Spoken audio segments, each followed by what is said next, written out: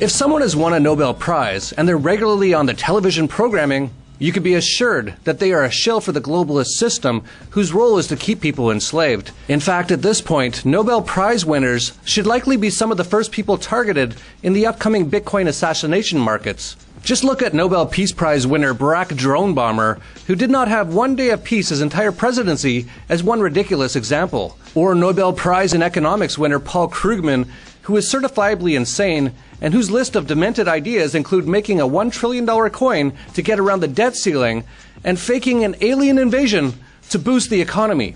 Now Nobel Prize winner Joseph Stiglitz, who never saw government intervention and the use of its violence that he didn't like, has come forward with his thoughts on Bitcoin. The very first thing Stiglitz says is, one of the main functions of government is to create currency. Yes, he's already in the wrong, starting with the opening sentence. Governments rarely create currency. That's usually done by the central banks. But government didn't invent money or currency, and it's not government's role to issue it or regulate it. The market invented money as a way to solve the barter problem, just like the market created Bitcoin in order to get around the fraudulent monetary system, which the government took over as a scheme, another way to tax us, a way to shuffle wealth and investment to Wall Street, a way for the banks to expand their assets, a way for the military-industrial complex to advance its goals. The elastic dollar can be stretched in these ways. That aside, there's no legitimate function of government. Government is an illicit criminal organization that extorts groups of people in a certain geographical area.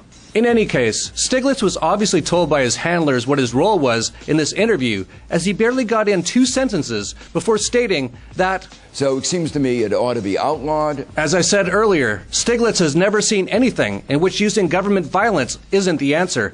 And that's why he was given the Nobel Prize, and why he's featured on the television mind programming regularly. And why should Bitcoin be outlawed? According to Stiglitz, Bitcoin should be outlawed because it doesn't serve any socially useful function. But that's like saying money serves no social function either. Stiglitz doesn't understand the value of decentralization because he sees the market as the root of all evil, and like all Marxists, believes it's unstable and needs regulating. Which is interesting because then this interview between 2 morons took a turn into the bizarre. Considering that Stiglitz is essentially a Marxist, Tom Keene, the Bloomberg host, then attacked Bitcoin, saying investors are relying on Marx's theory of value and going back to middle Marxian theories to determine Bitcoin's value. What Karl Marx was getting at with that term is that exchange value is an objective value, like a money price, which could be different than its actual underlying use value, usually because of speculators and capitalist exploitation. He tended to explain away this exchange value as notional and as a reason to suppress trade and exchange. The host interviewing Stiglitz didn't seem to be able to distinguish between that and the subjective value theory of goods that was contributed to economics by Menger, Mises, and the Austrian school. Marx believed that all the value belonged to labor, and that value itself owed to labor, that it derived from labor, which came from the erroneous classical school view that value derived from the costs that go into production. So it was somewhat ironic that the Marxian host questioned a neoclassical economist about why the free market was adopting a Marxian theory, when in fact it is actually adopting the subjective theory of value that neither a Marxian nor classical economist would ever understand, but which has come to dominate economic thinking in the modern day. In this theory, value and exchange value are synonymous and not Marxian, in that value is derived from the utility of the good to its consumers and users, and not according to costs or how much labor went into its creation. But money is a different good altogether, which neither Marx nor the classical school understood at all. It's the only good whose value does not rely solely on its utility to consumers or capital, but whose value relies on the fact that it already has a price. The service that money provides is as a store of purchasing power, not wealth, and its value relies on what other goods it can buy.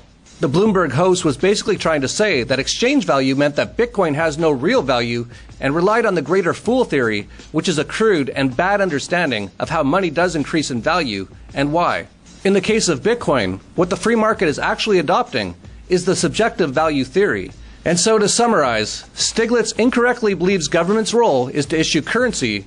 Therefore, he thinks government should use violence to outlaw Bitcoin, and the 2 buffoons on Bloomberg think that the reason Bitcoin is trading at such high levels is because investors are relying on Marxist theories, when in fact, they are the Marxists, and Bitcoin investors are relying on Austrian free market subjective value theory.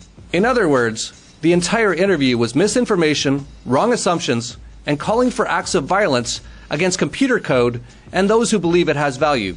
These guys don't even know what they're talking about, but if you were to have listened to them over the last few years, you would have missed out on the biggest investment returns in the history of the world. Hopefully, you're smart and just use your TV as a computer screen now to access things like the Dollar Vigilante and only watch propaganda like Bloomberg or CNBC solely for a good laugh. To get access to our twice-monthly newsletter, regular alerts, worldwide community, and numerous Bitcoin and gold investment-related books, click in the links below.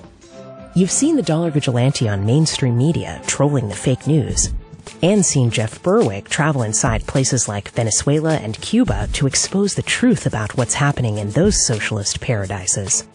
To get even more, make sure to subscribe to the Dollar Vigilante newsletter to receive 2 full 30-plus page issues from the Dollar Vigilante each month, plus market alerts on precious metals, Bitcoin, cryptocurrencies, and gold mining stocks by going to dollarvigilante.com/subscribe.